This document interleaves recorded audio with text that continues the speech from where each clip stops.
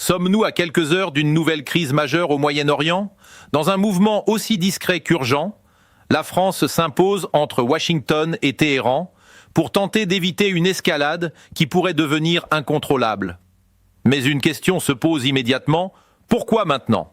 Qu'est-ce que Paris sait, que le reste du monde ignore encore? Les tensions entre les États-Unis et l'Iran atteignent un niveau critique et chaque décision pourrait faire basculer la situation. La France peut-elle réellement empêcher le pire ou assiste-t-on déjà aux premières étapes d'un conflit inévitable? Restez avec nous, car ce que vous allez découvrir dans cette émission pourrait tout changer. Bonsoir à toutes et à tous, et bienvenue dans votre émission spéciale consacrée à l'actualité internationale. Merci de nous rejoindre ce soir pour analyser une situation particulièrement tendue et en constante évolution. Je suis ravi de vous retrouver pour décrypter avec vous les événements majeurs qui secouent actuellement la scène mondiale. Ce soir, focus sur une crise qui inquiète les grandes puissances et qui place la France au cœur d'un jeu diplomatique extrêmement délicat. Entre Washington et Téhéran, les tensions ne cessent de monter. Et Paris tente désormais de jouer un rôle clé pour éviter une escalade aux conséquences imprévisibles. Alors, que se passe-t-il réellement en coulisses? Pourquoi la France intervient-elle maintenant? Et surtout, peut-elle réellement empêcher le pire? C'est ce que nous allons voir ensemble dans cette édition spéciale. Entrons maintenant dans le cœur de l'actualité. Depuis plusieurs heures, la France a lancé une initiative diplomatique urgente entre les États-Unis et l'Iran. Une tentative de médiation qui intervient dans un contexte de tensions particulièrement élevées dans le Golfe. Selon plusieurs sources concordantes, Paris multiplie les échanges avec Washington et Téhéran afin d'éviter une dégradation rapide de la situation. Car sur le terrain, les signaux sont préoccupants. Les États-Unis ont renforcé leur présence militaire dans la région, notamment autour du détroit d'Ormuz, un passage stratégique pour le commerce mondial du pétrole. De son côté, l'Iran maintient une posture ferme, affirmant qu'il répondra à toute menace ou provocation. Résultat, une tension palpable où chaque mouvement militaire, chaque déclaration politique peut être interprétée comme une escalade. C'est dans ce contexte que la France a décidé d'intervenir. L'objectif affiché est clair. Ouvrir un canal de dialogue direct, apaiser les tensions et éviter un affrontement qui pourrait avoir des conséquences majeures, non seulement pour la région, mais aussi pour l'équilibre mondial.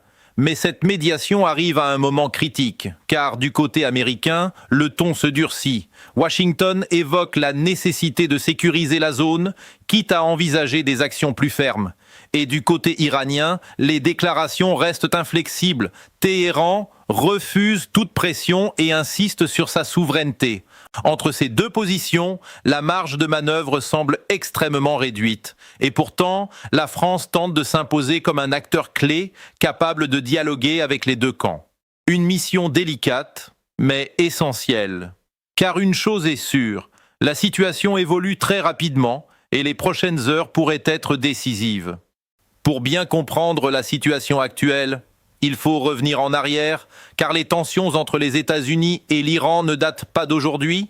Elles s'inscrivent dans une histoire longue, complexe et marquée par des confrontations répétées.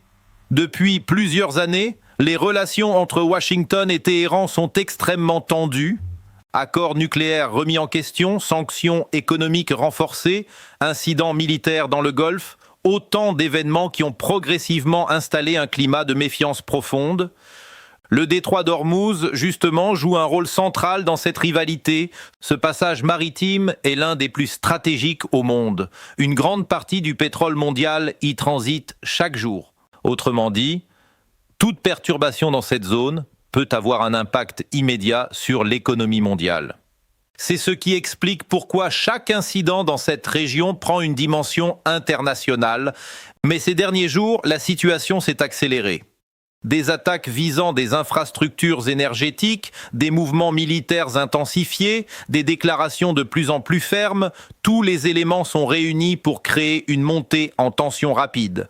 Du côté des États-Unis, la stratégie repose sur la dissuasion par la force.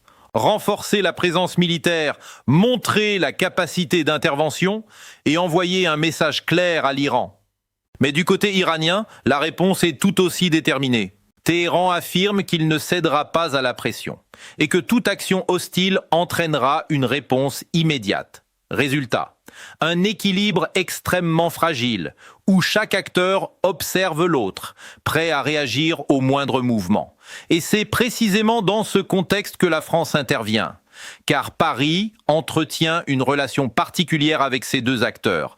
D'un côté, une alliance historique avec les États-Unis. De l'autre, des canaux de dialogue qui restent ouverts avec l'Iran, notamment sur les questions diplomatiques et nucléaires. Cette position unique permet à la France de tenter une médiation, mais elle la place aussi dans une situation délicate. Car intervenir, c'est prendre le risque de s'exposer, de devoir choisir un équilibre, voire de subir des pressions des deux côtés. Et pourtant, Paris semble déterminé à jouer ce rôle. Pourquoi ? Parce que les enjeux dépassent largement le cadre régional. Une escalade dans le Golfe pourrait entraîner une crise énergétique mondiale, une hausse brutale des prix, une instabilité économique globale, mais aussi un risque de conflit ouvert entre grandes puissances. Et c'est précisément ce scénario que la France cherche à éviter. En tentant une médiation aujourd'hui, Paris ne cherche pas seulement à calmer les tensions, mais à empêcher un basculement qui pourrait être irréversible. Maintenant, au-delà des faits, il faut analyser. Pourquoi la France intervient-elle à ce moment précis ?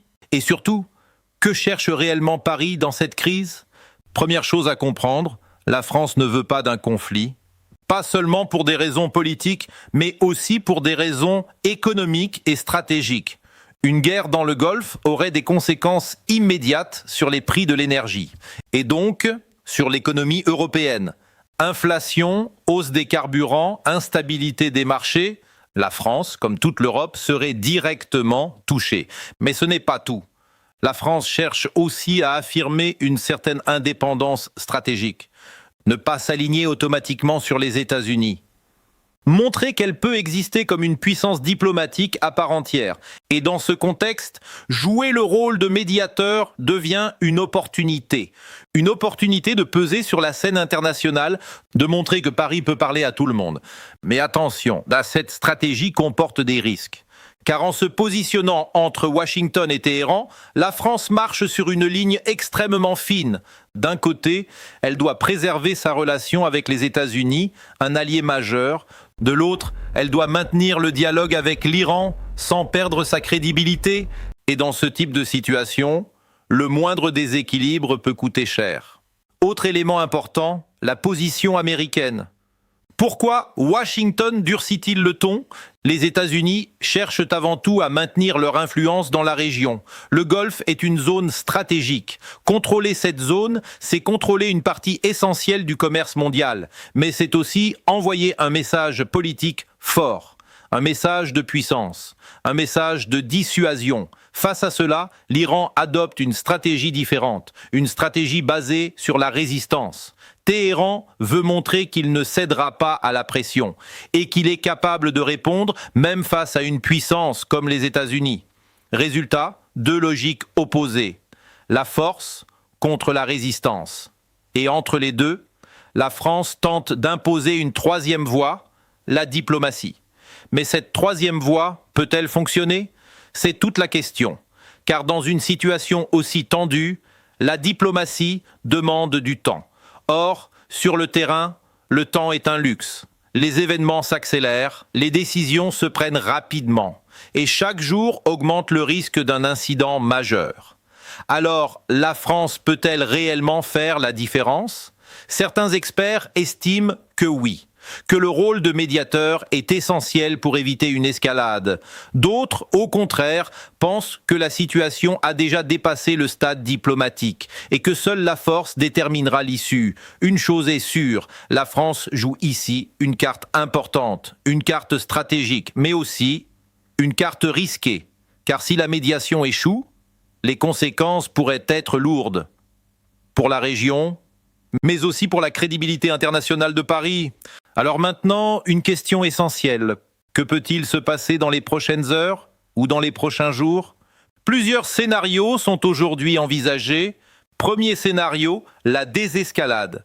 Dans ce cas, la médiation française fonctionne. Les tensions baissent progressivement. Un dialogue s'installe entre Washington et Téhéran et la situation se stabilise. C'est évidemment le scénario le plus optimiste, mais aussi le plus incertain.